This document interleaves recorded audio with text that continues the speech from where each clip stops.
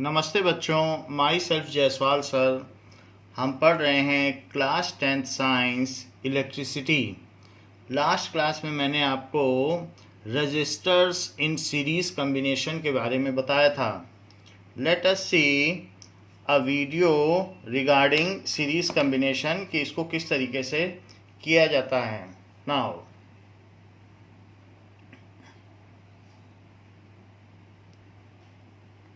What happens if we connect the resistors in series? What is the value of current? Let us try to understand with an activity. Join 3 resistors in series.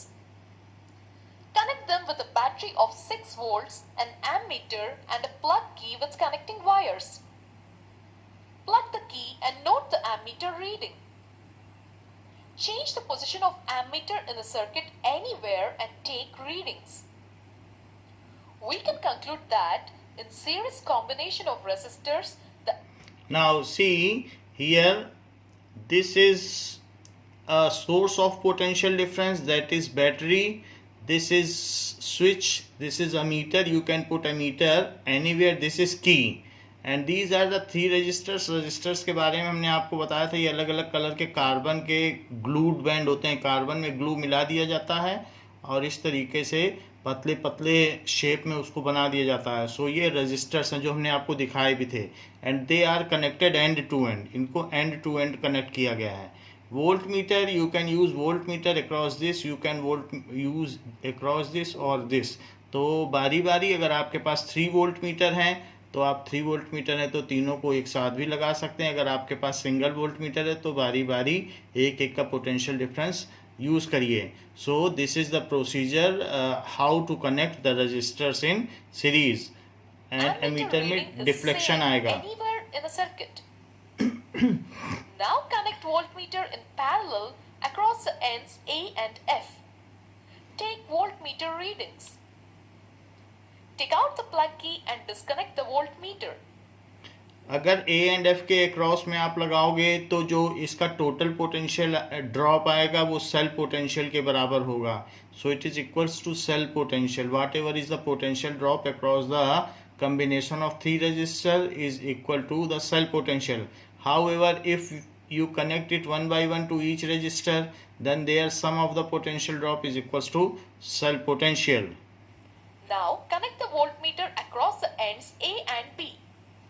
Plug the key and take the readings of voltmeter. Say V1 is equal to 3 volts.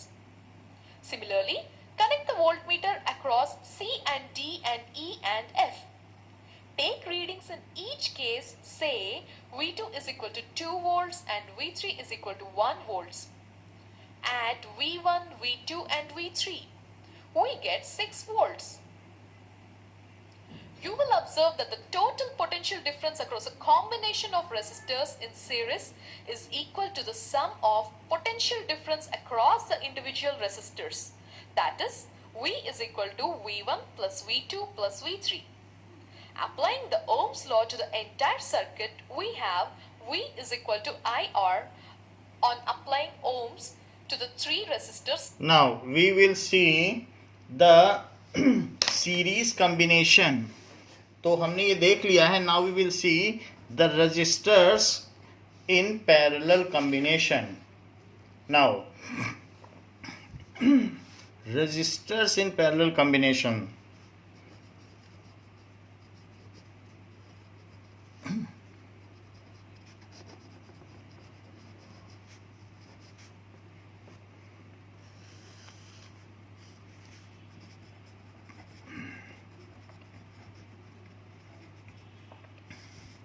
Now if one end of all resistors are connected together and other end of all resistors are also separately connected together, मान लीजिए हमने इनके one and को एक तरफ से connect कर दिया है and the other ends of all resistors are separately connected together, then such kind of combination of resistors is called parallel combination. If one end of all registers are connected together and other end of all register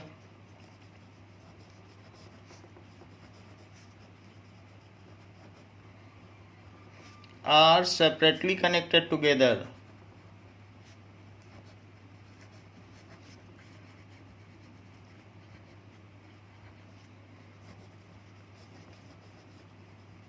Then such combination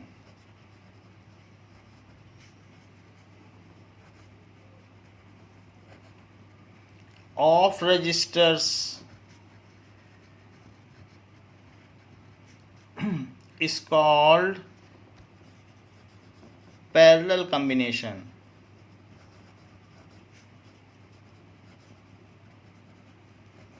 It is second type of combination of registers. तो हमने पहला combination series combination देखा था और second type है parallel combination.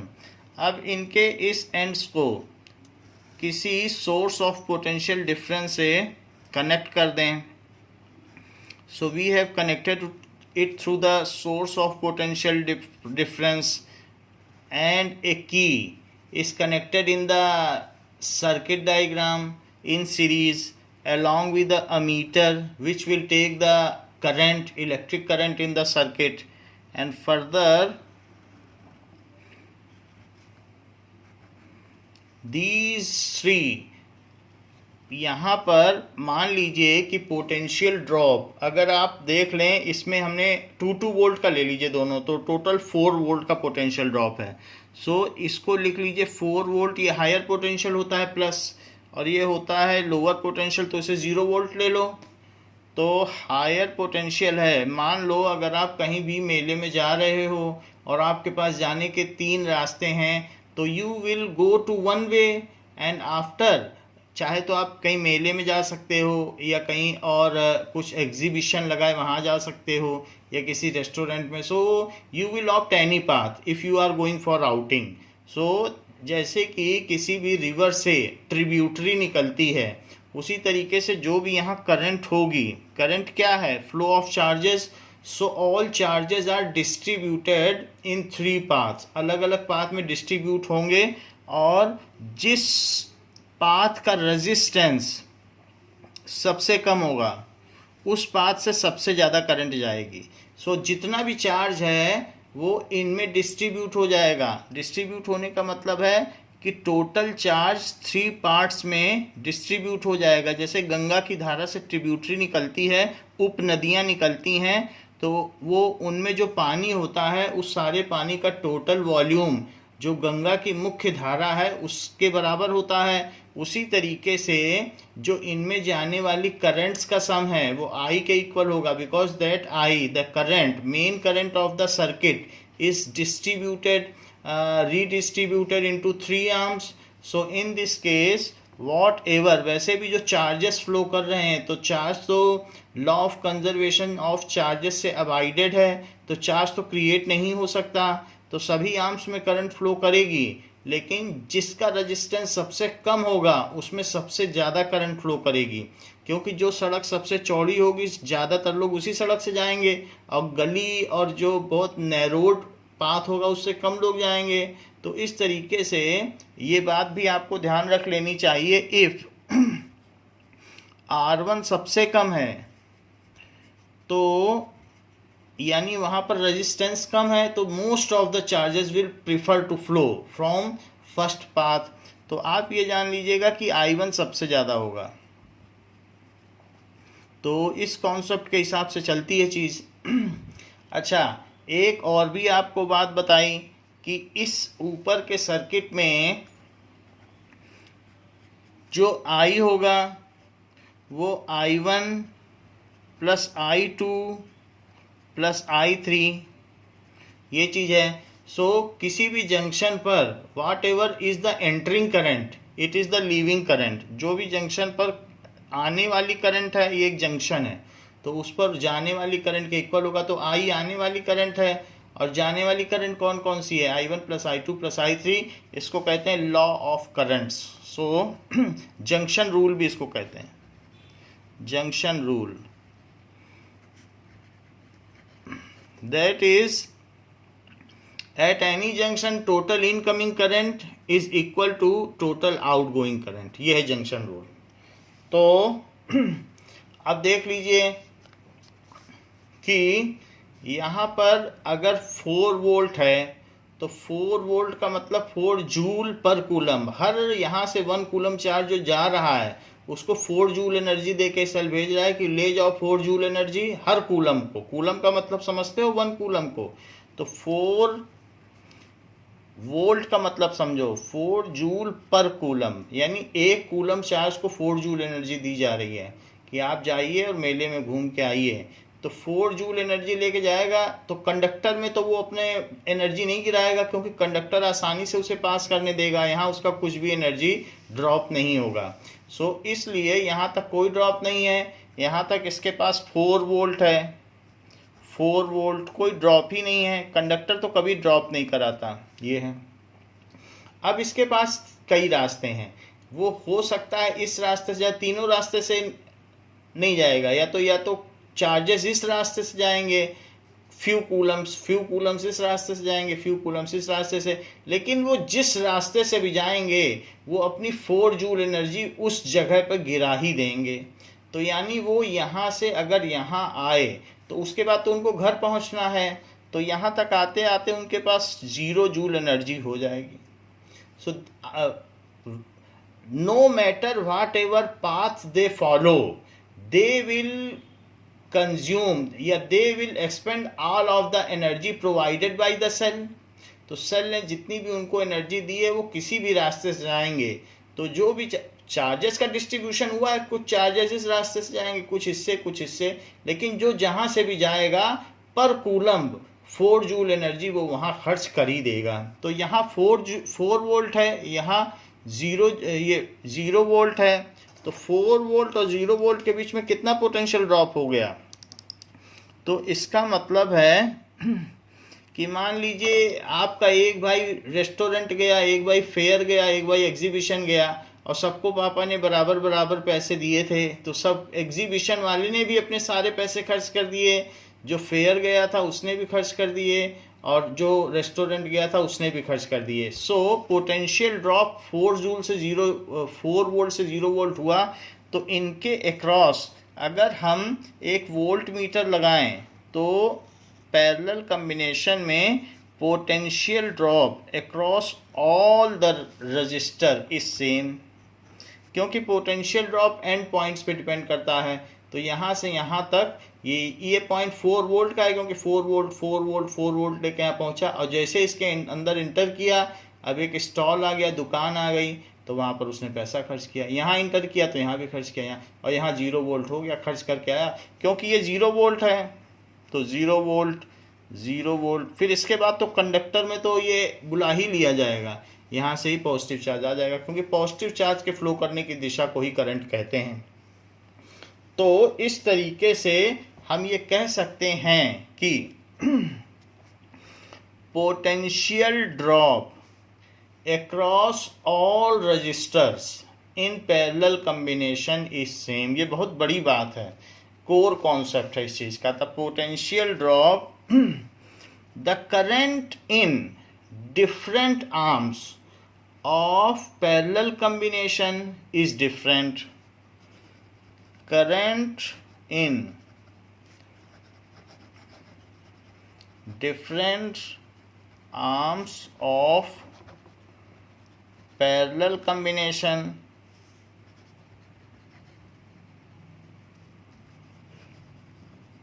is different। ठीक है। However, the sum of currents in all arms is equals to total circuit current। However, sum of currents in all registers या in all arms is equal to total current in main branch,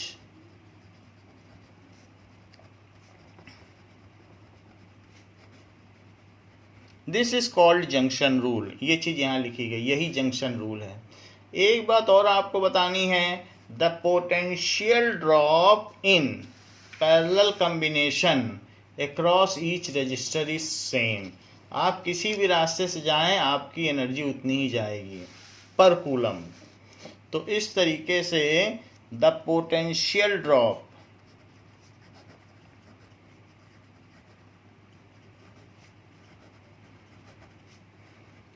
across each resistor in parallel combination is same and it is equal to cell potential, and it is equal to cell potential, क्योंकि cell ने जो दिया था उतना वो चाहे जिस रास्ते से भी जाए पर कूलम वो उतनी एनर्जी खर्च कर देगा। Now we will see that अगर हम बाजार से कोई एक ऐसा रजिस्टर ला सकें जो इन तीनों रजिस्टर को रिप्लेस कर दे, which replaces all three registers and with same source of potential difference, it gives same amount of current in main branch, then that resistor will be known as equivalent resistance।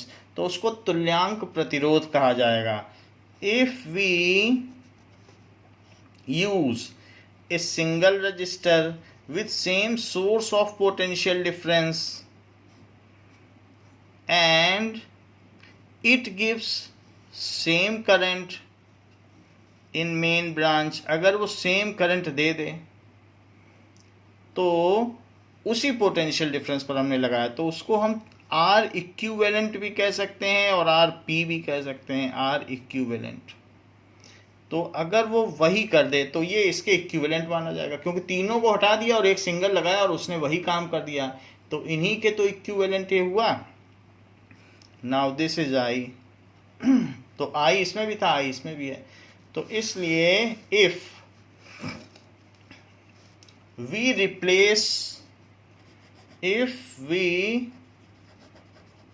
Replace single register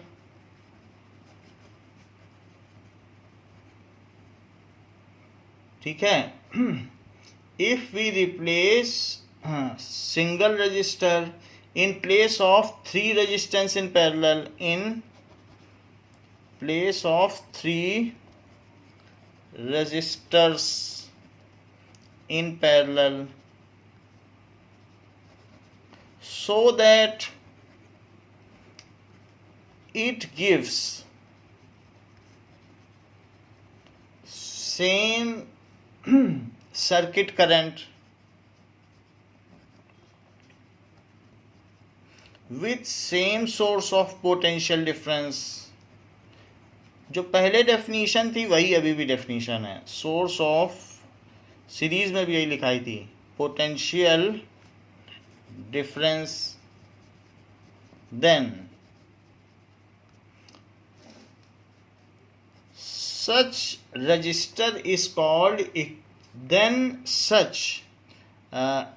then resistance of such resistor is called equivalent resistance, then resistance of such resistor is called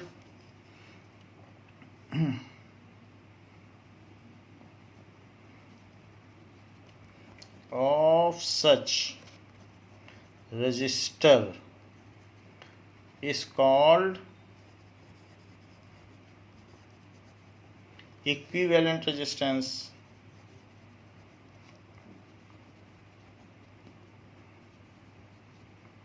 of given group of resistor, वो उनके equal है, of given group of resistor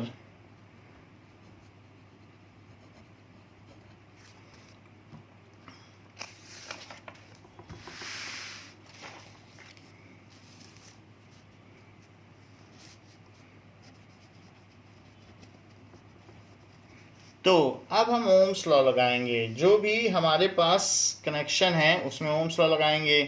देखिए ये जो हमारे पास figure है, तो पहले फिगर में अगर हम ओम्स लॉ लगाएंगे तो इसमें V है, पोटेंशियल ड्रॉप V है। मर्जी हो तो एक यहाँ भी वोल्ट मीटर लगा लो तो वही ड्रॉप होगा, जो ये देगा वो यहाँ सब गिरा के आ जाएगा। तो इसका मतलब है potential drop across resistor is equal to cell potential. तो और करंट इसमें I फ्लो कर रही है, तो इसलिए इसका फार्मूला होगा V is equal to I R equivalent. V is equal to I R, तो ओम्स लॉ होता ही है, तो इट इज ओम्स लॉ।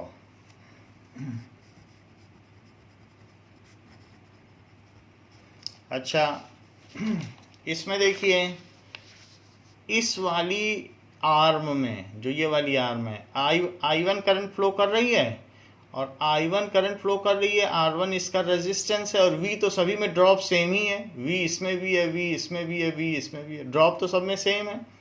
तो V is equals to I1 R1। V is equals to I1 R1। Second arm में देखो, second arm में I2 current flow कर रही है, R2 इसका रेजिस्टेंस है और ड्रॉप तो तीनों में सेम है, तो V इसमें भी हुआ, तो V is equals to I2 R2। V is equals to I2 R2। अब यहाँ देखिए I3 और ये R3 और V है ड्रॉप इसमें भी V ही रहेगा, क्योंकि पैरेलल में सभी पे पोटेंशियल ड्रॉप सेम रहता है। वो एंड पॉइंट का है, एंड पॉइंट पे यहाँ 4 है और ये 0 है, तो 4 और 0 तो सभी के एंड पॉइंट पर है, तो इसलिए सबका 4 वोल्ट का ड्रॉप है सभी में। तो इस तरीके से V is equals to I3 R3। 4 volt तो हमने आपको एग्जाम्पल के तौर पर दिखाया है, जब मेन डिडक्शन करेंगे तो वहाँ 4 वोल्ट नहीं लिखेंगे। अब जरा देखो ये सारी चीज़ हमने कर ली, तो ये सब ओम्स लॉ से है। तो पहले वाले से I क्या आ गया, V by R equivalent. Second वाले से क्या आ गया, I1। V by R1। Third वाले से क्या आ गया, I2।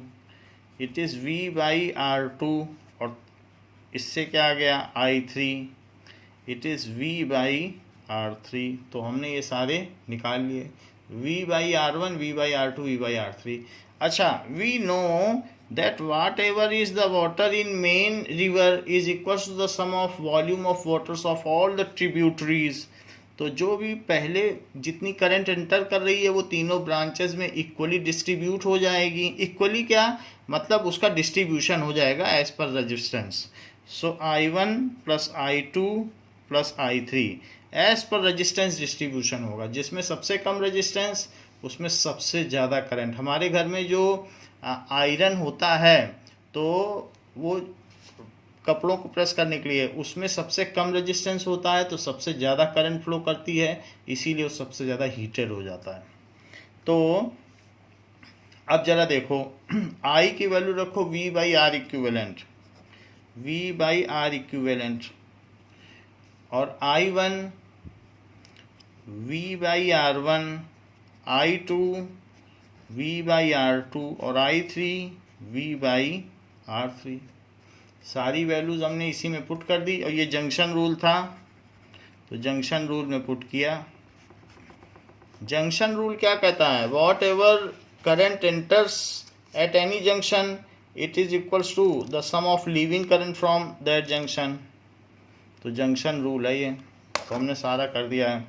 V को कॉमन ले लो तो 1 by R1 plus 1 by R2 plus 1 by R3 is equals to V by R equivalent.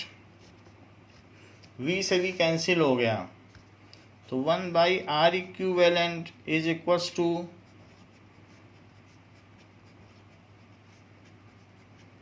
1/R1 plus 1/R2 plus 1/R3. तो ये this is the formula for equivalent resistance in parallel combination. So reciprocal of equivalent resistance is equals to sum of reciprocal of individual resistance. So तुल्यांक प्रतिरोध का व्युत्क्रम विभिन्न प्रतिरोधों के व्युत्क्रम के योग के समान होता है. सो reciprocal of equivalent resistance is equal to sum of reciprocal of individual resistance. ये सम है ना सभी के रेसिप्रोकल्स का. सम ऑफ पहले सबका रेसिप्रोकल करो फिर सबका सम करो. Sum of reciprocal of individual resistance in parallel combination अवश्य लिखें. In parallel combination.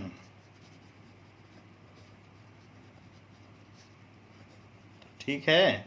प्रतिरोधों के समानांतर क्रम में जो तुल्यांक प्रतिरोध का व्युत्क्रम है वो विभिन्न प्रतिरोधों के व्युत्क्रम के योग के समान होता है. This is the rule for equivalent resistance. Now we will see some questions regarding parallel combination.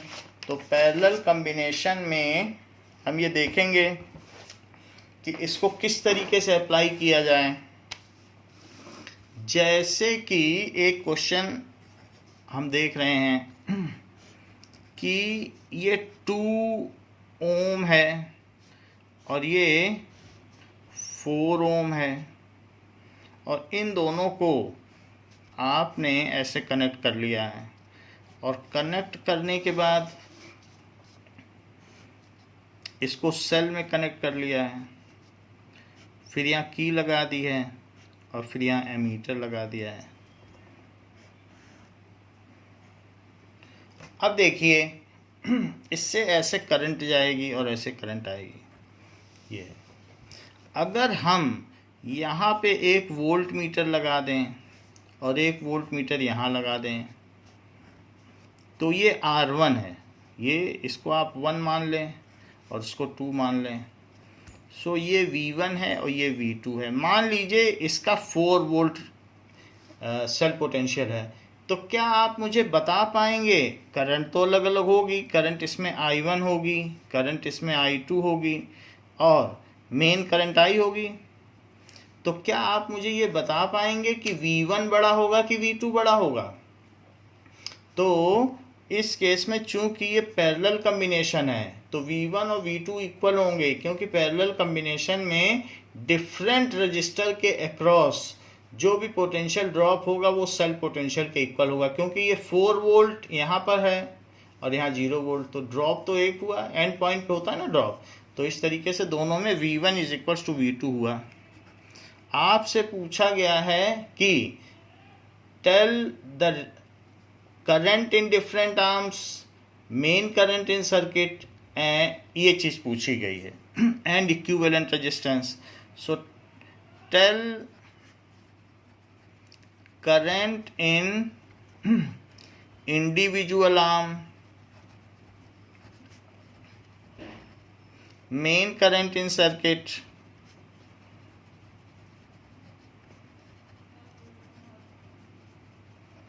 And इसके अलावा इक्विवेलेंट रेजिस्टेंस.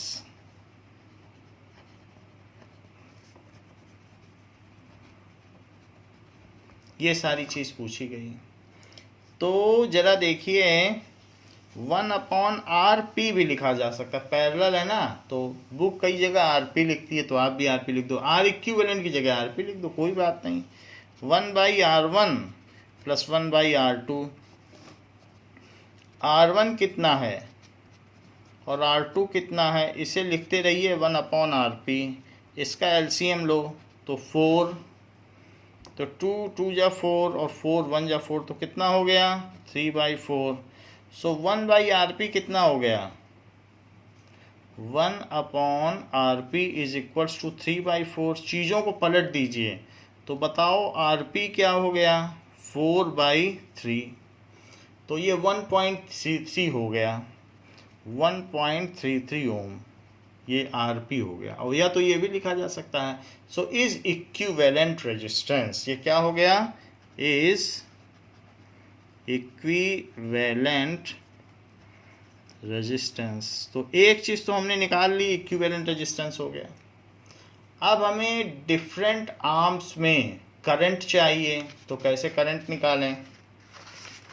देखिए सबसे बड़ी बात है, सबसे आसान बात भी है, ये 4 वोल्ट है तो 4 वोल्ट इसमें भी है ड्रॉप और 4 वोल्ट इसमें भी है ड्रॉप। तो अब हमें रेजिस्टेंस पता है, वोल्टेज पता है, तो करंट निकालना कितना आसान है ओम्स लॉ से, क्योंकि जो यहाँ ड्रॉप है हर एक आर्म में उतना ही ड्रॉप होगा। सो इन 2 ओम आर्म, सो या इन फर्स्ट आर्म, क्योंकि ऊपर वाले में 1 लिखा है ना, तो लिखो इन फर्स्ट आर्म क्या है और इन सेकेंड आर्म। नाउ अब जरा देखें, so in first arm in R1 arm, so V is equals to I1 R1। V तो सेम रहेगा, ये हम बार बार इसलिए बता रहे हैं क्योंकि यही इसका बेसिक कॉन्सेप्ट है कि जो यहाँ पोटेंशियल ड्रॉप है वही पैरेलल में हर आर्म में रहेगा। तो V कितना है 4 वोल्ट, ये 4 वोल्ट है। करंट का पता नहीं, रेजिस्टेंस 2 ओम है, तो I1 कितना हो गया 4/2, जिससे I1 हो गया 2 एम्पियर इन R2 आर्म। सो फिर V रहेगा वही, जो इस पे पोटेंशियल ड्रॉप है वो हर एक आर्म में वही रहेगा। देखो यहाँ भी 4 वोल्ट लिखा है, यहाँ भी 4 वोल्ट लिखा है। V is equal to I2। हाँ करंट अलग अलग होती है, I2 R2, जैसा रेजिस्टेंस होगा वैसे करंट। कम रेजिस्टेंस होगा तो ज़्यादा करंट होगी, जो रास्ता चौड़ा होगा उसमें ज़्यादा करंट फ्लो करेगी। चलो 4 is equals to I2 into 4 है ना 4 ओम, तो 4 लिखा है। तो बताओ I2 कितना हुआ, तो I2 is equals to 1 ampere. अच्छा जंक्शन रूल लगाइए अब, तो जंक्शन रूल क्या कहता है कि I is equals to I1 plus I2। तो पहली वाली करंट 2 और ये है 1, सो it is 3 ampere. So current in individual arm, so current through 2 ohm is 2 ampere, 4 ohm is 1 ampere, and circuit current is 3 ampere, and circuit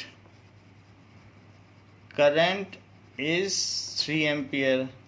voltage आपसे कोई नहीं पूछेगा क्योंकि सबको मालूम है जो 4 वोल्ट है वो दोनों पे 4 वोल्ट होगा। कोई आपसे वोल्ट मीटर की रीडिंग पैरेलल में पूछेगा ही नहीं, क्योंकि वो वर्बल है, देखते ही लोग बता देते हैं ये 4 है तो इस पे भी 4 ड्रॉप, इस पे भी 4 ड्रॉप, इसीलिए हमने भी नहीं पूछा।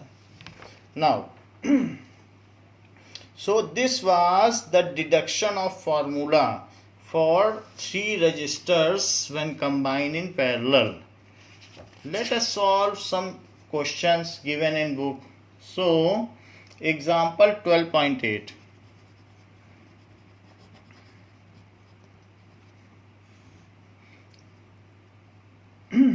Now suppose the resistors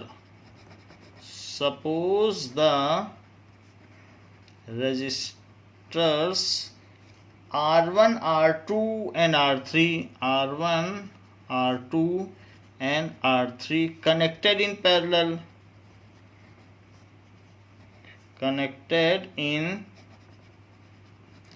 parallel, ये कनेक्ट हुए हैं पैरेलल में, have the values 5 ohm, 10 ohm and 30 ohm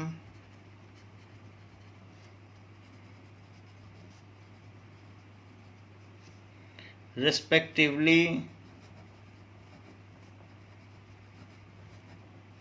which have been connected to a battery of 12 volt, which have been connected to a battery of 12 volt. Calculate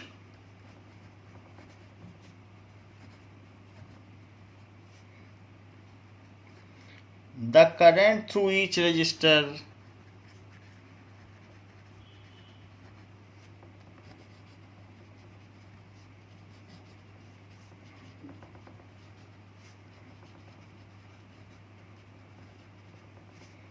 the total current in circuit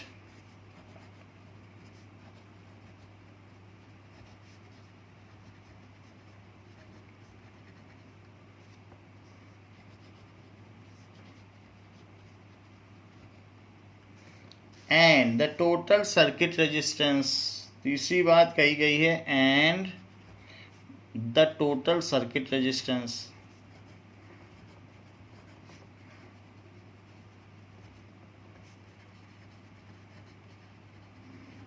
अच्छा, ये बिल्कुल वैसा ही question है जैसा हमने कराया था। 3 registers in parallel में हैं, तो सबसे पहले 3 रजिस्टर्स को पैरेलल में आप ले लीजिए।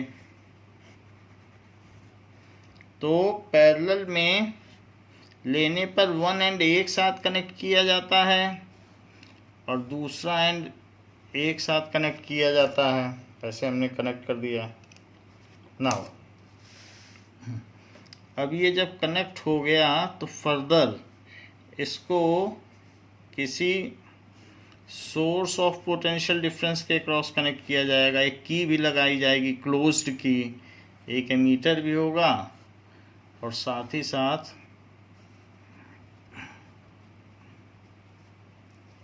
इसमें चाहे तो वोल्ट मीटर लगा सकते हैं। एमीटर इंडिविजुअल आर्म में भी लगा सकते हैं, अगर आप चाहें तो इंडिविजुअल आर्म में लगा सकते हैं। और पोटेंशियल ड्रॉप निकालने के लिए एक सिंगल वी लगा दो, क्योंकि सब में तो सेम पोटेंशियल ड्रॉप होगा। पोटेंशियल ड्रॉप तो एंड पॉइंट पे निकाला जाता है, तो सभी के तो एंड पॉइंट कॉमन हैं। तो ए और बी एंड पे जो पोटेंशियल ड्रॉप होगा वो सभी का ए और बी एंड डी पॉइंट है, तो सब पे सेम ही तो होगा, तो ये वी हुआ। अच्छा, R1 की वैल्यू, R2 की वैल्यू और R3 की वैल्यू बुक में क्या दी है सवाल में? सो R1 5 ओम दिया है, ये 10 ओम दिया है और ये 30 ओम दिया है। हाँ, इस पे प्लस और माइनस लगाना ना भूलें और यहाँ पर प्लस और माइनस लगाना ना भूलें।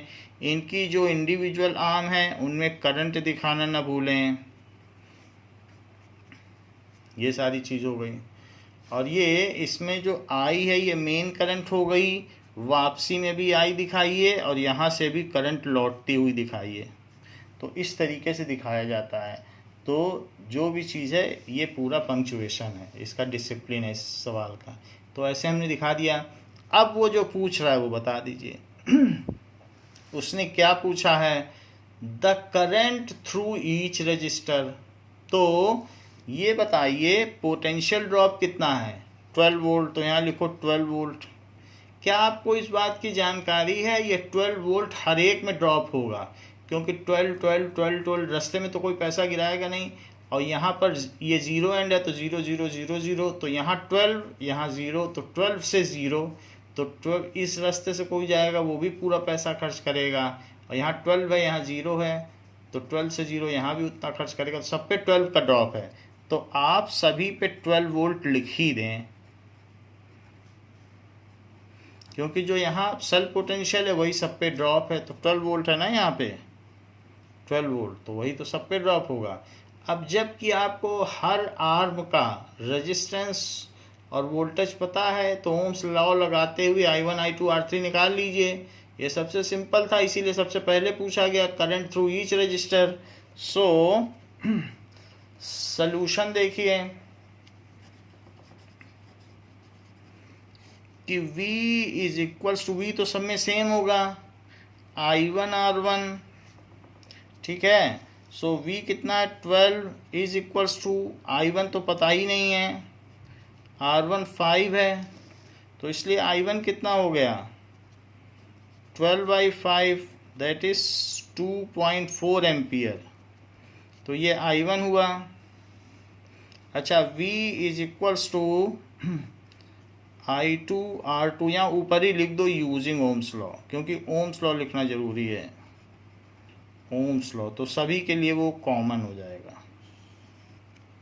तो V 12 है और R2 कितना है 10, तो बताइए I2 कितना हुआ 1.2 एम्पियर।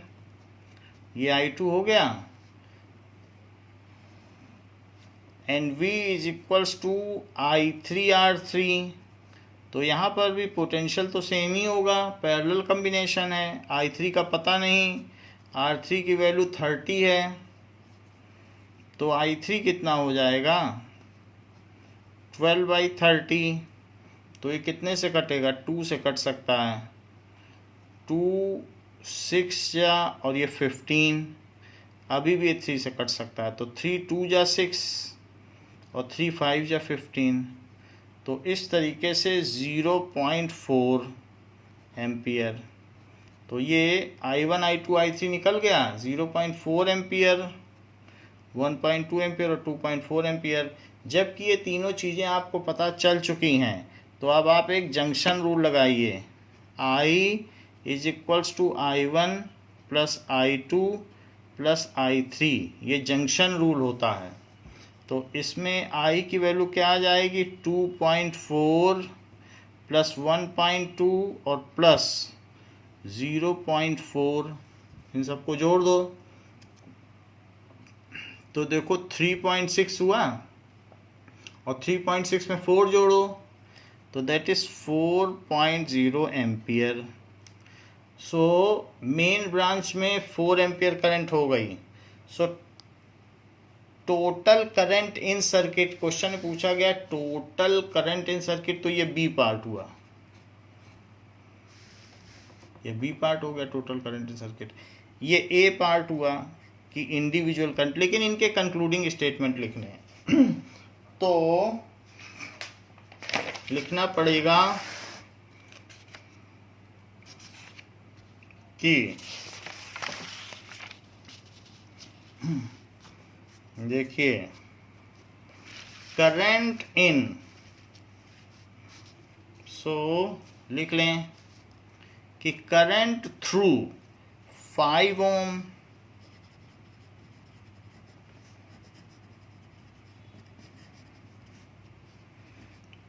जो 5 ओम है, आपको मालूम है कम रेजिस्टेंस था तो देखो कैसे ज़्यादा करंट फ्लो कर गई, सारे चार्जेस वहीं से दौड़ पड़े।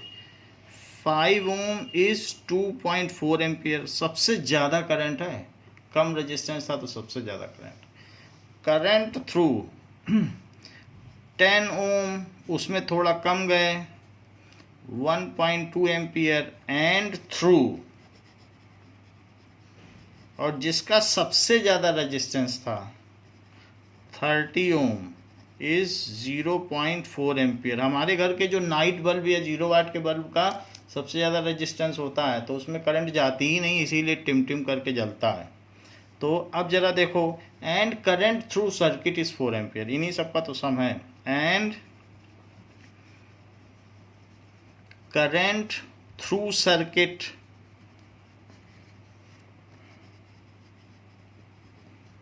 इज 4 एम्पियर, ये हो गया। अब सी पार्ट पूछा जा रहा है व्हाट इज इक्विवेलेंट रेजिस्टेंस। तो इक्विवेलेंट रेजिस्टेंस निकालने का क्या तरीका होगा, क्या कोई फॉर्मूला है? तो हाँ, एक फार्मूला है कि 1/RP is equal to 1/R1 plus 1/R2 plus 1/R3। तो ये चीज़ कर ली। पहला वाला कितना था, 5 था। दूसरा कितना था, 10 था। थर्ड कितना था, 30। इनका एलसीएम लिया जाएगा तो 30 है। तो 5 6 या 30, 10 3 या 30 और 3 1 या 30। सो इट इज़ 10/30। So 1/RP। यहीं पे ना पलट दीजिएगा, अगले स्टेप में इसको भी पलटो, इसको भी पलटो। मोस्टली बच्चे यहाँ गलती करते हैं। तो कोई ये तो नहीं है 10/30 को 30/1 लिख दोगे। सो RP इज इक्वल्स टू 3/1। इसको भी पलटा, इसको इन्वर्टिंग बोथ साइड। तो आप चाहें तो लिख सकते हैं इन्वर्टिंग बोथ साइड। तो बोथ साइड इन्वर्ट कर दिया, तो इधर RP/1 is equals to 3/1। So RP is equals to 3 ohm. तो ये जो पैरेलल में होता है इक्विवेलेंट रेजिस्टेंस, वो लेसर देन द लीस्ट होता है, सबसे कम से भी सबसे कम। So in parallel combination equivalent resistance is lesser than the least. ये लिख लें, in parallel combination equivalent resistance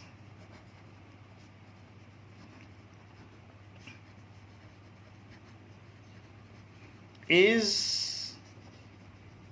lesser than the least। जो सबसे कम है उससे भी कम आता है। तो ये बात होती है। और जो सीरीज रेजिस्टेंस होता है, जैसे सीरीज रेजिस्टेंस पे कल क्वेश्चन किया था, तो सीरीज रेजिस्टेंस में जो इक्विवेलेंट रेजिस्टेंस होता है वो ग्रेटर देन द ग्रेटेस्ट, 2 3 1 है, उससे भी बड़ा। तो how ever in series resistance the equivalent resistance is greater than the greatest. How ever in series resistance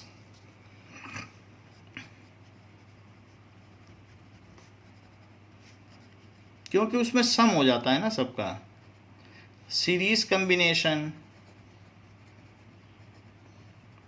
equivalent resistance, equivalent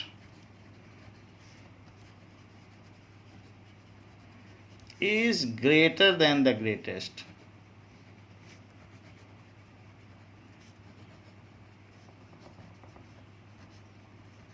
तो उसमें सबसे बड़े से बड़ा होता है।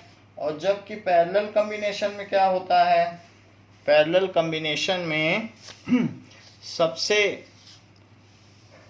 छोटे से भी छोटा, 5 था, 5 से भी छोटा आ गया है। ये चीज़ बताई गई। ऐसा यहाँ पर भी है, आप देख लीजिए। जो हमने अभी थोड़ी देर पहले सवाल कराया था, तो RP 1.33 आया था, तो 2 से भी कम, तो it is laser than the least. तो पहला जो सवाल कराया वहाँ भी कंफर्म हो गया कि सबसे छोटे से भी छोटा, और यहाँ फिर से कंफर्म हो गया कि 5 से भी छोटा।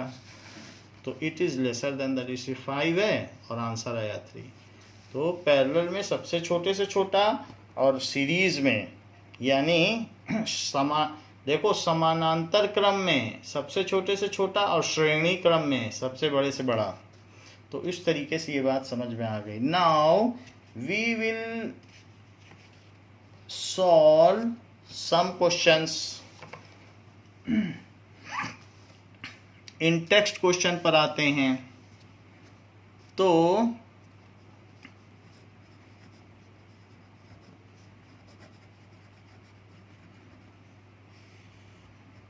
in text questions page 216। now judge the equivalent resistance when the following are connected in parallel. The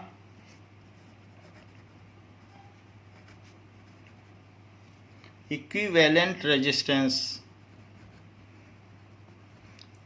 when the following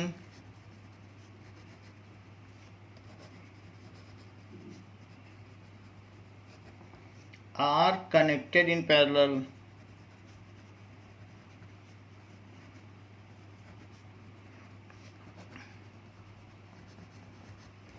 तो पहला पार्ट है 1 ohm and 10 to the power 6 ohm, 1 ohm and 10 to the power 6 ohm, इनको अगर connect किया जाए। और second part है कि 1 ohm 10 to the power 3 ohm and 10 to the power 6 ohm. तो 2 पार्ट्स हैं इसके, और हमें इनका इक्विवेलेंट रेजिस्टेंस निकालना है। तो ए पार्ट करिए। So 1 by R P parallel में कनेक्टेड हैं, कनेक्टेड इन पैरेलल। तो 1 by R P is 1 by R one plus 1 by R to.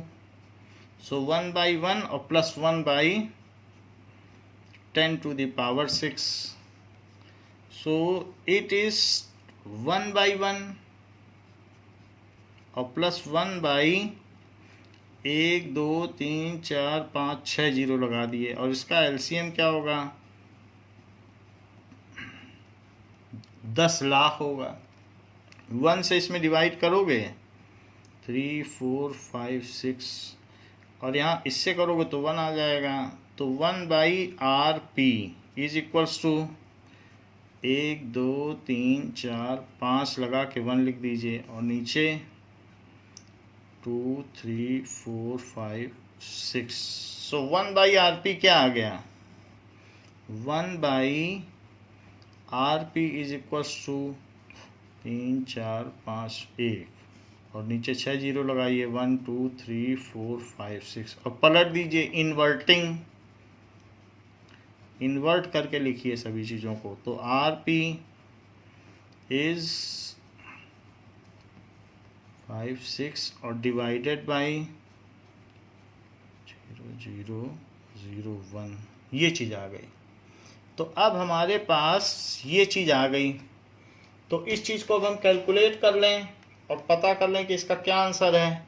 Now देखिए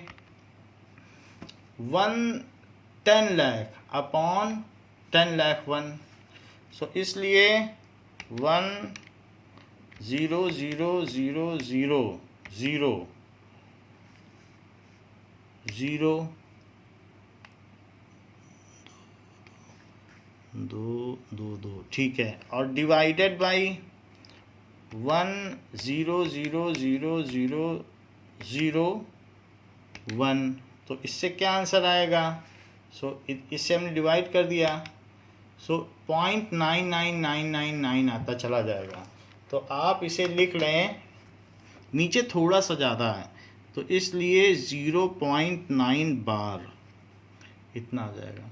सो इतना ओम ये हो गया, क्योंकि लेसर देन द लीस्ट आना है ना, लेसर यही है, उससे तो लेस आना ही पड़ेगा क्योंकि ये पैरेलल कम्बिनेशन है। तो इसका मतलब जो हमने काम किया वो ठीक है, लेसर देन द लीस्ट आ गया है।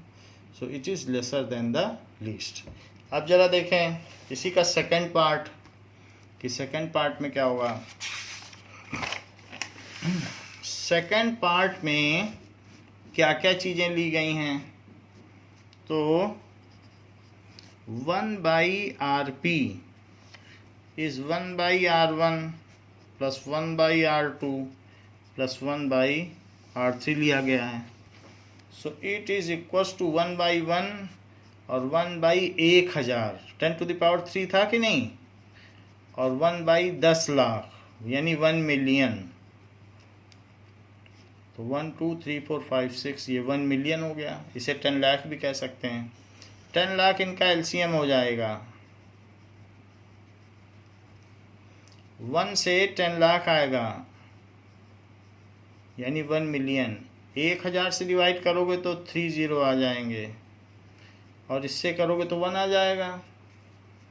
अब इन सबको टोटल करो, 2 3 4 5 6 1000 और 1, तो 1 0 0 1 0 0 1 इन सबको टोटल कर दिया। सो 1 0 0 1 0 0 1 और डिवाइडेड बाई 0 0 0 0 ये आ गया। तो ये तो 1 बाई आर पी हुआ। सो 1/RP ये है, इन्वर्टिंग 1/RP ये है, पलट दो, इन्वर्टिंग। सो बताओ RP क्या हुआ, 1 मिलियन एंड 1,000,001, ये चीज़ हो गई। इनको डिवाइड करो और पता करो कितना आता है, मैनुअली भी डिवीजन किया जा सकता है। सो 1 मिलियन अपॉन, सबसे पहले 1 मिलियन डिवाइडेड बाई 1,1,1, सो ये चीज़ आ गई, इज इक्वल्स टू 0.9990। तो ये 9999 लगातार नहीं आया, 0.9990 आया। सो इसलिए पिछले वाले से कम आया है, 0.9990 लिख दो। तो ये वहाँ 0.9999 लगातार आ रहा था, तो उससे तो ये कम ही है। सो ये हो गया, इतने ओम, यूनिट अवश्य लिखें। तो ये हमारा फर्स्ट क्वेश्चन हो गया। Now question number 2, an electric lamp of 100 ohm, an electric lamp of 100 ohm, a toaster of resistance 50 ohm, a toaster of resistance 50 ohm, and a water filter of resistance 500 ohm, and a water filter of resistance 500 ohm are connected in parallel to a, are connected in parallel to a 220 volt source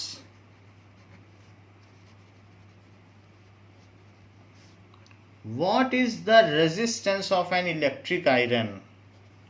What is the resistance of an electric iron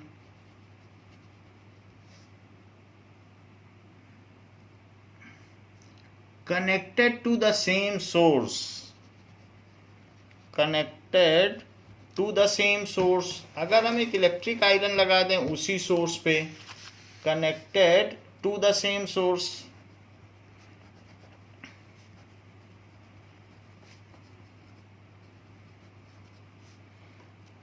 that takes as much current as all these appliances, that takes as much current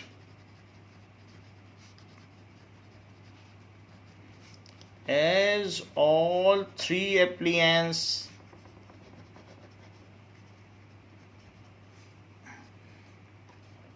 and what is the current through it, and what is the current through it?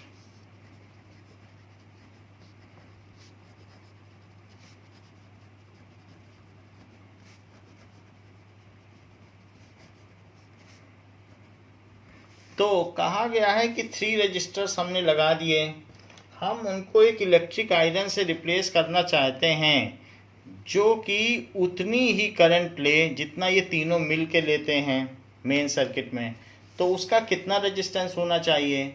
तो ये single register से electric iron एक लगाना चाहता है और single register से इन तीनों को रिप्लेस कर देना चाहता है, लैंप को, टोस्टर को और वाटर फिल्टर को, और उसकी जगह लैंप आयरन लगाना चाहता है। वास्तव में वो एक इक्विवेलेंट रेजिस्टेंस की मांग कर रहा है कि एक सिंगल रजिस्टर से अगर हम रिप्लेस करें और वो उसी सोर्स ऑफ पोटेंशियल डिफरेंस पर हमें वही करंट दे दे, सो गिव्स एज मच करंट, वही करंट दे दे, तो उसका इक्विवेलेंट रेजिस्टेंस क्या होगा? सिंपली वो इक्विवेलेंट रेजिस्टेंस की बात कर रहा है और फिर कह रहा है उसमें करंट क्या होगी।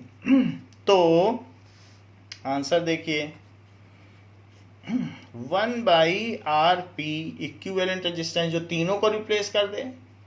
सो 1 बाई R1, एक लैंप है, एक टोस्टर है, एक वाटर फिल्टर है।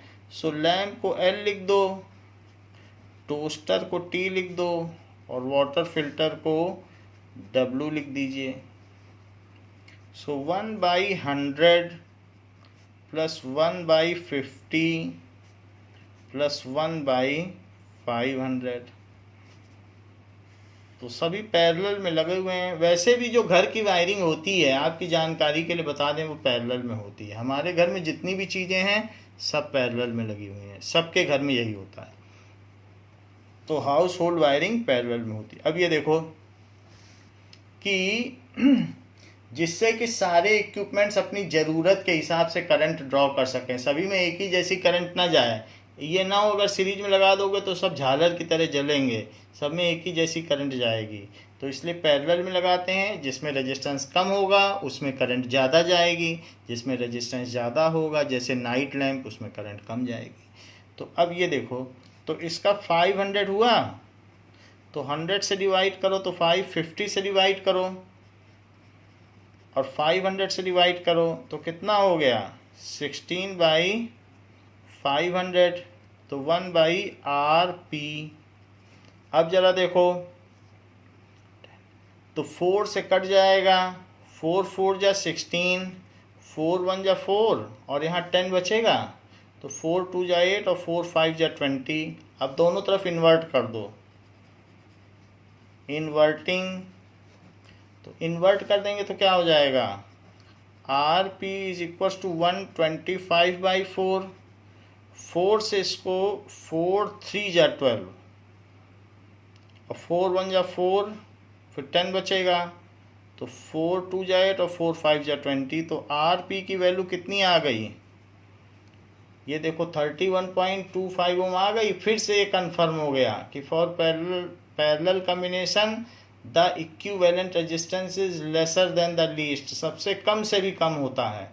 सो द इलेक्ट्रिक आयरन, अपने घर में इलेक्ट्रिक आयरन है, उसका रेजिस्टेंस सबसे कम है, तभी तो उसमें सबसे ज़्यादा एनर्जी ली जाती है, सबसे ज़्यादा इलेक्ट्रिक आयरन ड्रॉ करता है हीट।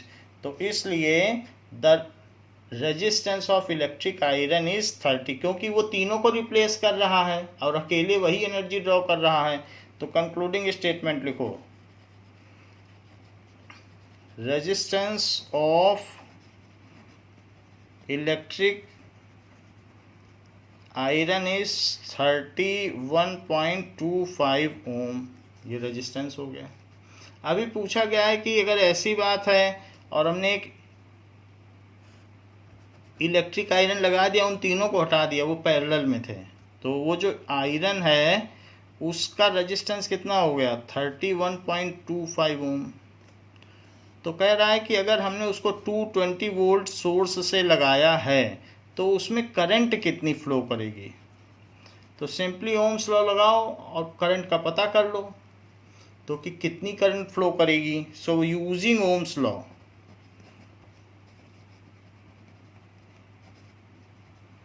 तो V is equals to I R P, V is equals to I R P. तो V 220 है, I का पता नहीं, RP की जगह आप ये वैल्यू लिखें। हम ये सजेस्ट करेंगे डेसिमल को अकाउंट ना करके ये लिखना ज़्यादा ठीक है। 125 बाई 4, तो I निकालिए तो 4 ऊपर चला जाएगा और 125 नीचे चला आएगा और I वहीं रहेगा। अब ये दोनों 5 से कट जाएंगे, 5 4 जा 20 और 5 4 जा 20 और 5 2 जा 10 और 5 5 जा 25, तो ये 25 है। तो 25 है तो आप ऐसा करिए, ऊपर और नीचे 4 4 से मल्टीप्लाई कर दीजिए। वैसे ऊपर 176 आया है, देखो 176 बाई 25, ठीक। तो या तो 25 से इसमें डिवाइड कर लो, और नहीं तो 4 4 से मल्टीप्लाई कर लोगे तो नीचे 100 हो जाएगा, फिर सीधा डेसिमल में कन्वर्ट कर सकोगे। तो 25 से या फिर 176 में डिवाइड करो। सो 25 से 176 में डिवाइड करिए, तो 175, ये हो गया। और 1 बचेगा तो डेसिमल लगाओ, 1 0 बढ़ाओ, फिर 0 बढ़ाओ, 1 0 तो 4, 7.04। तो it is current is equals to 7.04। तो current through electric iron is 7.04.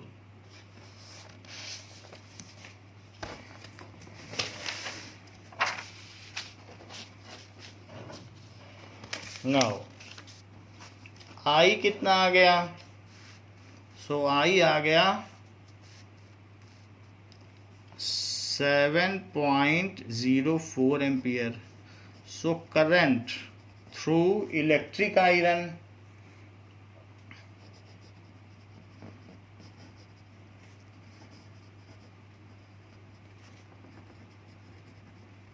Is 7.04 ampere. ये चीज़ पूछी गई थी। अब जरा देखिए कि ये तो बात हो गई कि कितनी करंट हो गई। अब हमारे पास दो तरीके के कॉम्बिनेशन हैं, एक पैरेलल कॉम्बिनेशन और एक series combination. So let us see the difference between parallel combination and series combination. Series combination of resistors अवश्य लिखें, क्योंकि सेल का भी ऐसा होता है, सीरीज कम्बिनेशन ऑफ सेल। तो कहीं ऐसा ना हो जाए आप सीरीज कम्बिनेशन लिखें तो सेल का मान लिया जाए। और दूसरा पैरेलल कम्बिनेशन ऑफ रजिस्टर्स, तो उनके बीच में डिफ्रेंशिएट करेंगे।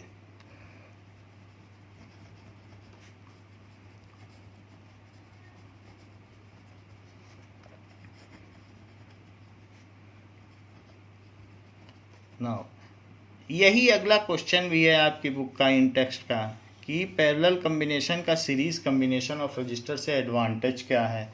तो उसी लिए हम इसको डिस्कस कर रहे हैं। So in series combination equivalent resistance, in series combination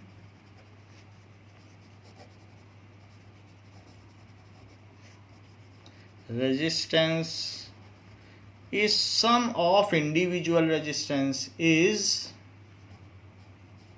sum of individual resistance, जबकि in parallel combination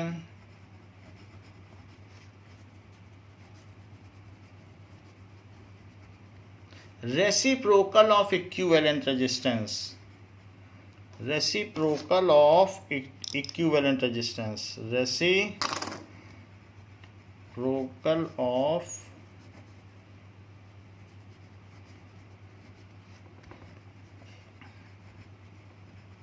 is sum of reciprocal of individual resistance।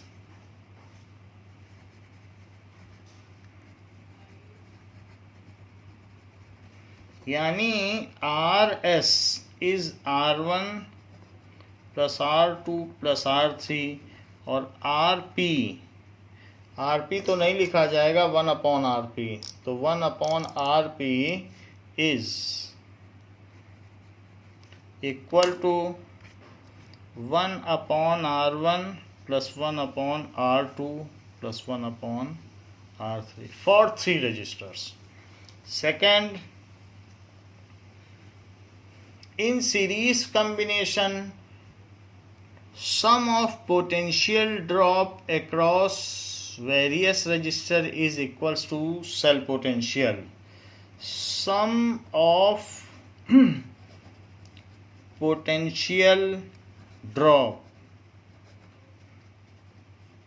across various resistors is equal to cell potential,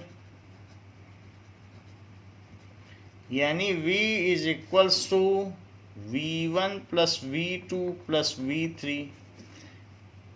तो इसमें ऐसा होता है, जबकि potential drop across each register is same as cell potential. Potential drop across each resistor is equal to cell potential. सभी के across same होता है, is same, and equal to cell potential is same. पहली बात तो same होता है और इक्वल टू सेल पोटेंशियल होता है. इस केस में current through each resistor is same and equal to circuit current. Current through each resistor is same and equal to circuit current. सब में सेम करंट फ्लो करती क्योंकि सब सीरीज में है. In this the sum of current in various branches is equal to circuit current. The sum of current in various branches is equal to the circuit current. यानी हर branch में current different होगी resistance के हिसाब से, और लेकिन उनका सम circuit current के इक्वल होगा. और यहाँ पर तो सभी में सेम ही करंट होगी, ऐसा होगा. ठीक है. So when resistors are connected end to end they form series combination. When resistors are connected end to end, they form series combination. When one end of all resistors are connected together, when one end of all resistors are connected together and other end of all resistors are separately connected together and other end of all resistors are separately connected together, they form parallel combination.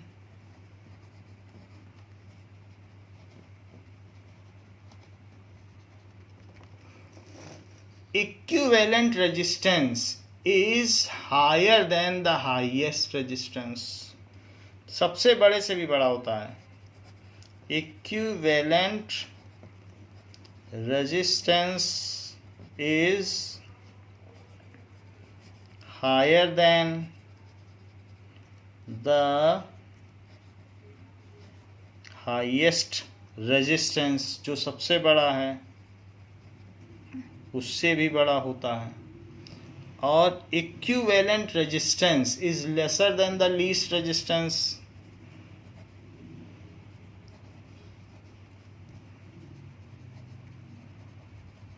Is lesser than the least resistance.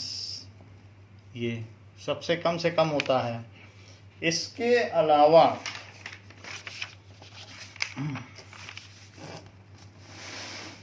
ये तो सारी बातें हो गई. अब advantages में भी difference है. तो अब जो आपका अगला क्वेश्चन है वो पूछा जा रहा है, what are the advantage of connecting electrical devices in parallel, तो वो तो डिफरेंसेस थे। अब एडवांटेजेस देखो, एडवांटेजेस, तो इधर सीरीज कम्बिनेशन ऑफ रजिस्टर और इधर पैरेलल कम्बिनेशन उसी तरीके से कंटिन्यू कर रहा है। तो सीरीज कम्बिनेशन में अगर ये सीरीज कम्बिनेशन है तो इसमें separate switching options are not available. अगर इसे ऑफ कर दोगे तो सारे रेजिस्टेंस ऑफ हो जाएंगे, पूरी झालर की लड़ी ऑफ हो जाएगी। दीपावली में जो झालर लगती है वो सीरीज कम्बिनेशन की है। सो पहला एडवांटेज है कि separate switching options are not available. ये अगर आप घर में सीरीज कम्बिनेशन होता तो स्विच ऑन करते ही टीवी भी चल जाता, फ्रिज भी चल जाता, ओवन भी चल जाता, आयरन भी चल जाता, सब कुछ चल जाता। लेकिन हमारे घर में ऐसा नहीं है, किसी के भी घर में ऐसा नहीं है। तो सबके घरों में पैरेलल कम्बिनेशन है। मर्जी हो तो स्टीम आयरन या जो भी है प्रेस ऑन कर लो, मर्जी हो रेफ्रिजरेटर ऑन कर लो, मर्जी हो टीवी ऑन कर लो। सबके लिए अलग अलग स्विचिंग ऑप्शन है। जो मर्जी हम ऑन करते हैं, जो मर्जी ऑफ करते हैं। ऐसा तो पैरेलल कम्बिनेशन में ही पॉसिबल है। और मर्जी हो तो घर से बाहर जा रहे हैं तो main MCB main switch off कर दो, मिनिएचर सर्किट ब्रेकर। तो इस तरीके से हमारे पैरेलल कम्बिनेशन में सेपरेट स्विचिंग ऑप्शंस भी अवेलेबल हैं। टीवी मर्जी टीवी चलाओ, ओवन मर्जी ओवन चलाओ, फ्रिज मर्जी फ्रिज चलाओ। So separate switching options are available. इसमें separate switching options are not available. Available भी लिख सकते हैं या फीजिबल, ऐसा संभव ही नहीं है तो लिख लो फीजिबल ही नहीं है। Feasible. If main switch goes off, main switch is off, then no current flows through circuit. ठीक है, तो ये चीज होता है। और इसमें क्या है कि separate switching options are available with various appliances. Separate switching options are available. feasible भी कह सकते हो, संभव है feasible with various appliances। ठीक है, तो ये चीज़ है। अब अगर यहाँ पर 220 वोल्ट की सप्लाई है तो कोई 50 वोल्ट लेगा, कोई 100 वोल्ट लेगा। मान लो ये दोनों 100 वोल्ट ले लिए और ये 20 वोल्ट लिया, तो मिल के 220 वोल्ट हुआ। जबकि इस केस में ये भी 220 वोल्ट लेगा, ये भी 220 वोल्ट लेगा। तो 220 वोल्ट है तो सब पे 220 वोल्ट रहेगा, तो खूब सारी करंट होगी। क्योंकि V is equals to I R, R वही है लेकिन V बहुत बढ़ जाने से, पोटेंशियल बहुत बढ़ जाने से करंट बढ़ेगी। अब एक छोटा सा सेल खिलौने में लगाओ तो कैसी रोशनी देगा, कैसे चलेगा, और ज़्यादा सेल लगा दो तो बड़ी तेज़ी से चलेगा। तो in series combination various resistors are not working with full efficiency, क्योंकि उस पर जो पोटेंशियल ड्रॉप है वो बट गया है और इसमें सभी पे बराबर बराबर है, फुल ड्रॉप है। तो खूब सारा पोटेंशियल लगाया तो खूब काम किया। तो इस तरीके से अगर ज़्यादा पैसा देके बच्चों को भेजोगे तो मेले में ज़्यादा खर्च करेंगे। सो इसमें क्या है कि various appliances do not work at there full efficiency. Appliances do not work at their full efficiency as potential drop is distributed among various registers। as जो मेन पोटेंशियल ड्रॉप को डिस्ट्रीब्यूट हो गया, potential drop is distributed among various appliance, और जबकि in this various appliance work at their full efficiency.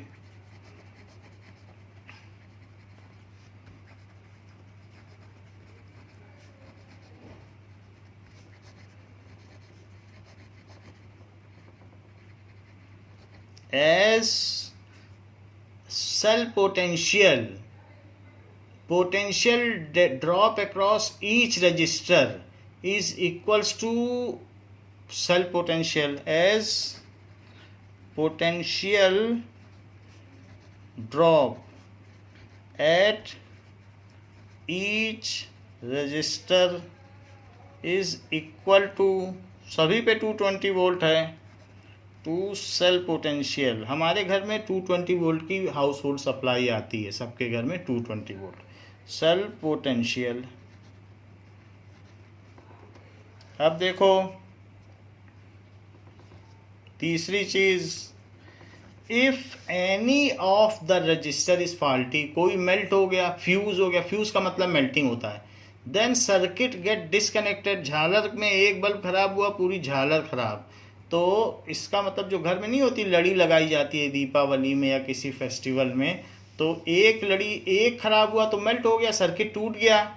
If one appliance goes faulty then circuit breaks and no current flows through any other appliance. If one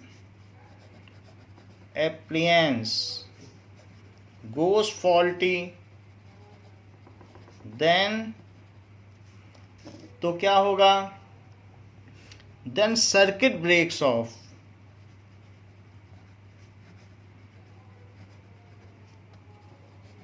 circuit break off हो जाएगा, and no current flows through any other appliance, पूरे घर की light चली जाएगी अगर series में करवा लोगे तो। एनी अदर वैसे कराया नहीं जाता है, कोई भी नहीं कराता, सब लोग पैरेलल में कराते हैं एप्लियंस। इसमें क्या होगा, if one appliance goes faulty, मान लो अगर ये टूट जाए, मेल्ट हो जाए, तो इन दोनों रास्तों से तो करंट जाती रहेगी। देन क्योंकि ये तो सर्किट पूरा है ना, और ये भी सर्किट पूरा है, ये टूट गया तो टूट गया। अगर मान लो आपके घर का एक बल्ब खराब हो गया तो क्या घर की लाइट ही चली जाएगी? नहीं जाएगी। So if one appliance goes faulty then current continue to flow through other appliance. If one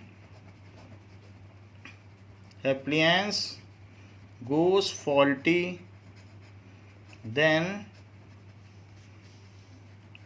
current continue to flow through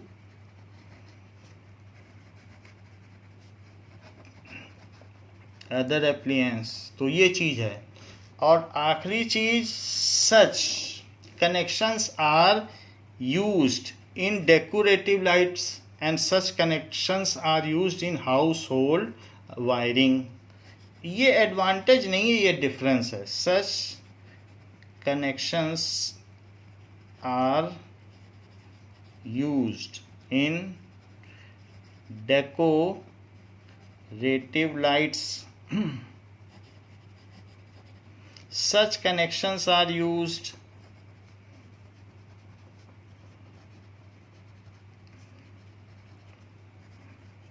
in household supply, जो household वायरिंग, तो उसमें यूज किया जाता है। तो हमारा थर्ड क्वेश्चन क्या है वो जरा लिखें। What are the advantages? What are the advantages of connecting electrical devices in parallel? Electrical devices in parallel with the battery instead of connecting them in series. With the battery instead of connecting them in series.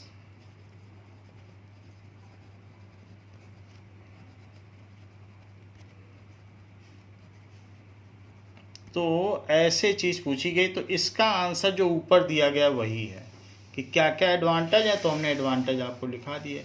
और पीछे पूछा जाए difference क्या है, तो difference में आपको differences भी लिखने हैं और एडवांटेजेस भी लिखने हैं, दोनों लिखने हैं। और एडवांटेज पूछा जाए तो सिर्फ यही पेज आपको लिखना है कि these are the advantages of connecting them in series.